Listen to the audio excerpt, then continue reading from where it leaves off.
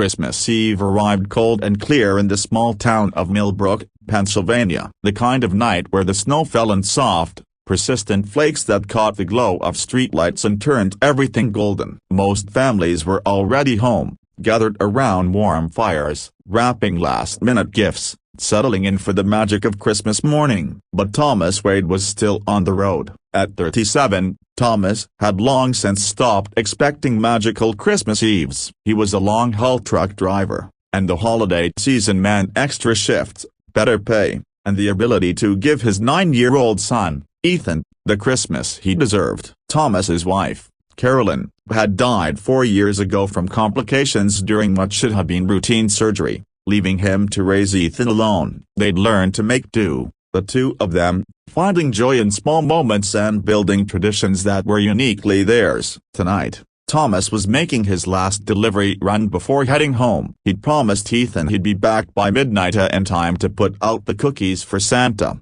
a tradition Ethan still cherished even though Thomas suspected his son was starting to have doubts about the man in red. The highway stretched empty before him, his pickup truck's headlights cutting through the falling snow. The radio played quiet Christmas carols, and Thomas was thinking about Ethan's excited voice on the phone earlier, listing all the things he hoped Santa might bring, when he saw them, two small figures standing in the middle of the road. Thomas's heart lurched as he hit the brakes, his truck sliding slightly on the snow-slicked asphalt before coming to a stop about 20 feet from where they stood. His headlights illuminated them clearly now at two little girls, identical twins by the looks of them, maybe 6 or 7 years old, wearing matching white nightgowns that offered no protection against the bit cold. They stood hand in hand, barefoot in the snow, their dark hair hanging loose around their shoulders. They weren't moving, just standing there, staring at his truck with wide, frightened eyes. Thomas threw the truck into park and jumped out,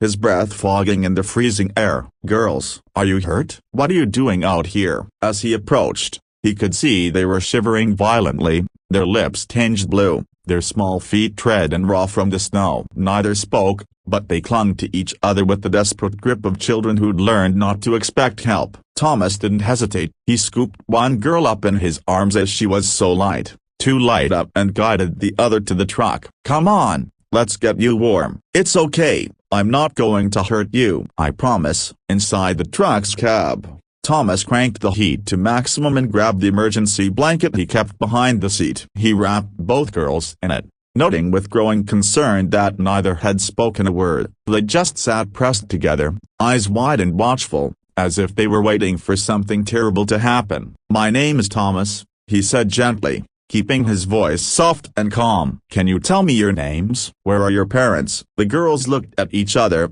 some silent communication passing between them, but they didn't answer. One of them, the one on the left, had a small bruise on her cheek that made Thomas's jaw tighten with anger. "Okay, that's all right, you don't have to talk right now." Thomas pulled out his phone. "But I need to call for help, okay? To make sure you're safe and we can find your family." He dialed 911, explaining the situation to the dispatcher. Given the weather and the remote location, they said an officer would arrive in about 30 minutes. Thomas was instructed to stay with the girls and keep them warm. 30 minutes was a long time to sit with two terrified, silent children on Christmas Eve. Thomas kept the engine running, the heat flowing. He found a package of crackers in his glove compartment and offered them. The girls stared at the food for a long moment before the one on the right, moving with the quickness of someone who'd gone hungry before, he grabbed several crackers and immediately handed half to her sister. They ate like they were starving,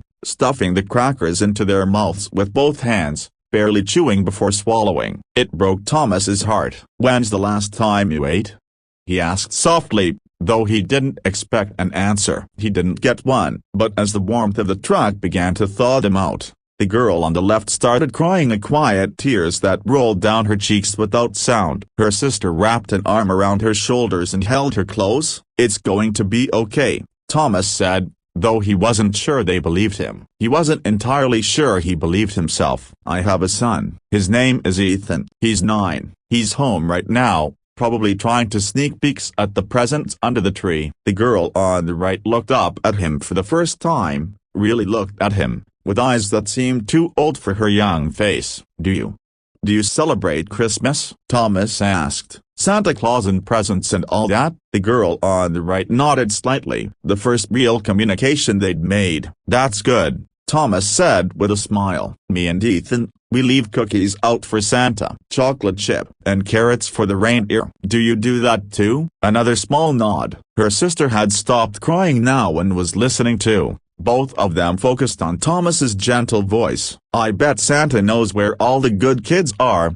Thomas continued. "Even when they're not where they're supposed to be. Even when they're lost or scared. I bet he keeps extra special track of those kids." The girl on the right opened her mouth, and in a voice barely above a whisper, said, "Mama said Santa doesn't come anymore. Said we're too much trouble." Thomas felt like he'd been punched in the stomach. "Oh, sweetheart, that's not true. That's not true at all." The girl on the left spoke then, her voice softer and sad. "We ran away. Mama's boyfriend was mean. He hurt Mama, and he hurt us too. So we ran away." Thomas's hands tightened on the steering wheel. He forced himself to keep his voice gentle, despite the fury building in his chest. "You did the right thing. Running away from someone who hurt you was very brave." "What are your names, sweetheart?" "I'm Emma," said the girl on the right. "She's Lily." "Emma and Lily, those are beautiful names. Are you going to take us back?" Lily asked, fear creeping into her voice. "To Mama's house?" "No one's going to make you go anywhere that isn't safe,"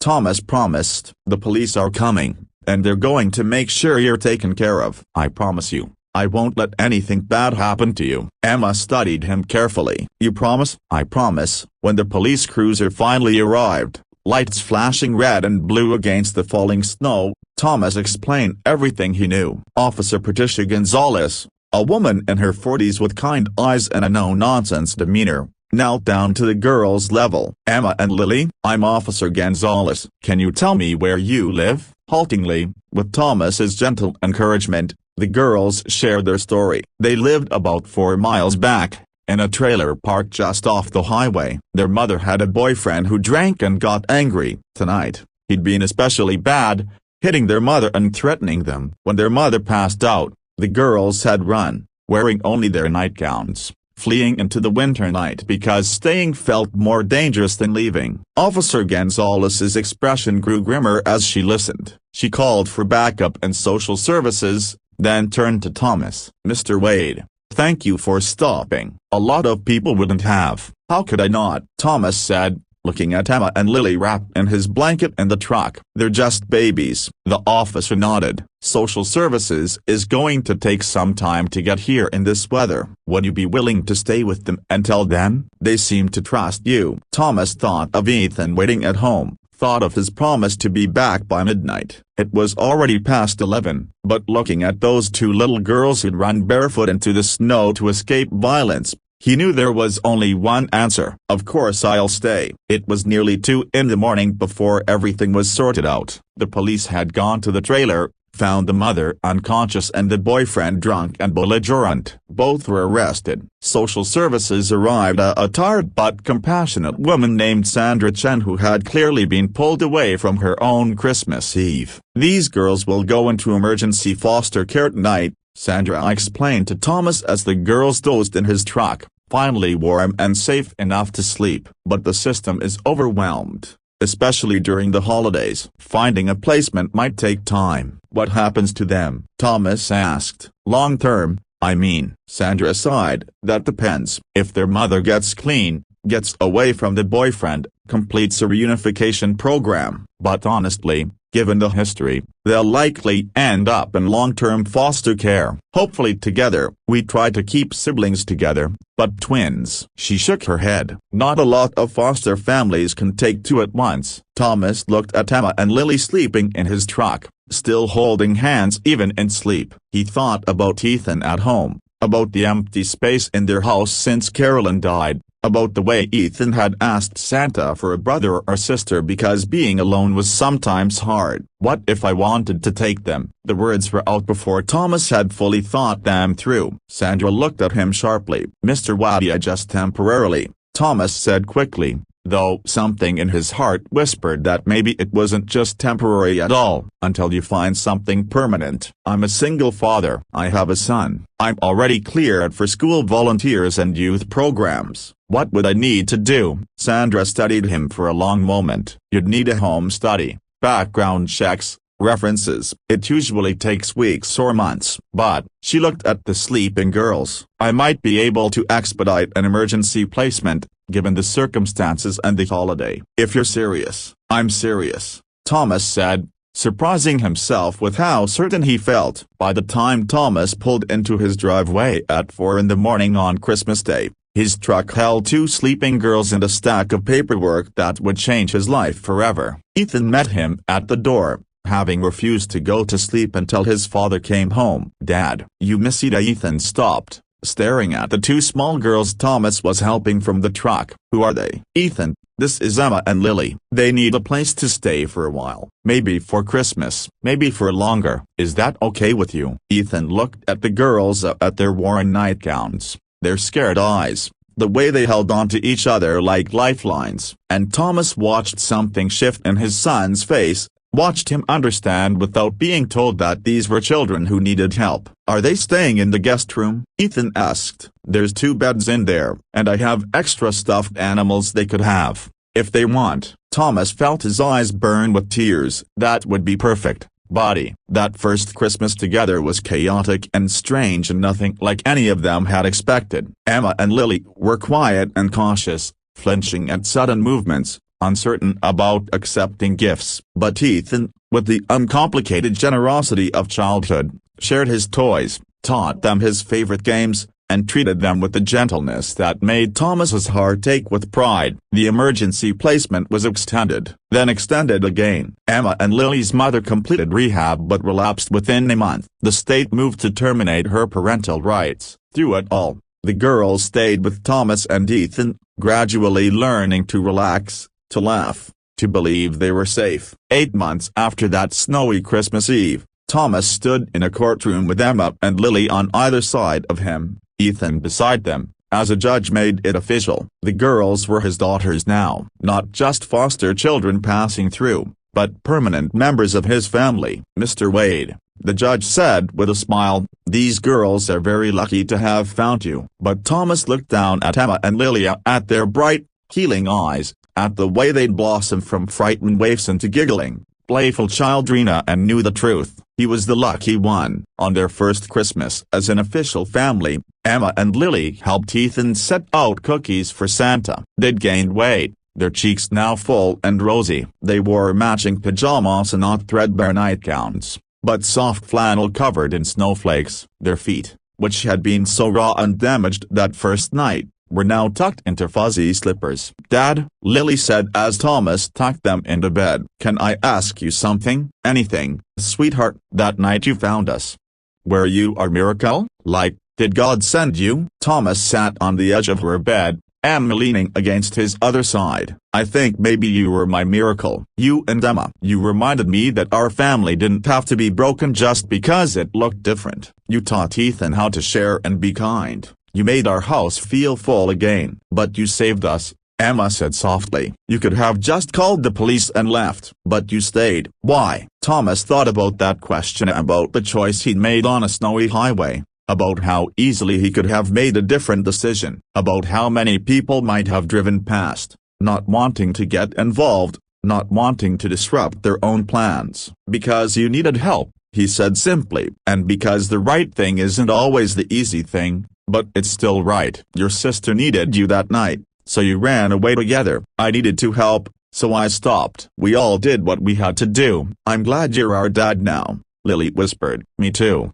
Emma added. Thomas kissed both their foreheads. There's nowhere else I'd rather be. Merry Christmas, girls. As he turned off the light and closed the door, he heard their whispered conversation, as something about Santa and presents and how maybe miracles were real after all. Downstairs, Ethan was waiting. Dad, are you glad we have sisters now? Thomas pulled his son into a hug. I'm glad we're a family, all 4 of us. Even though it's hard sometimes, with the nightmares and the therapy appointments and all that, especially then. Thomas said, family isn't just about the easy times, body. It's about showing up when things are hard. It's about choosing each other, every single day. Years later, when Emma and Lily graduated from high school, are both of them strong, confident young women who'd overcome more than most people would ever know. They gave speeches at the graduation ceremony. Emma spoke about resilience, about how the worst moments of your life don't have to define you. Lily talked about family,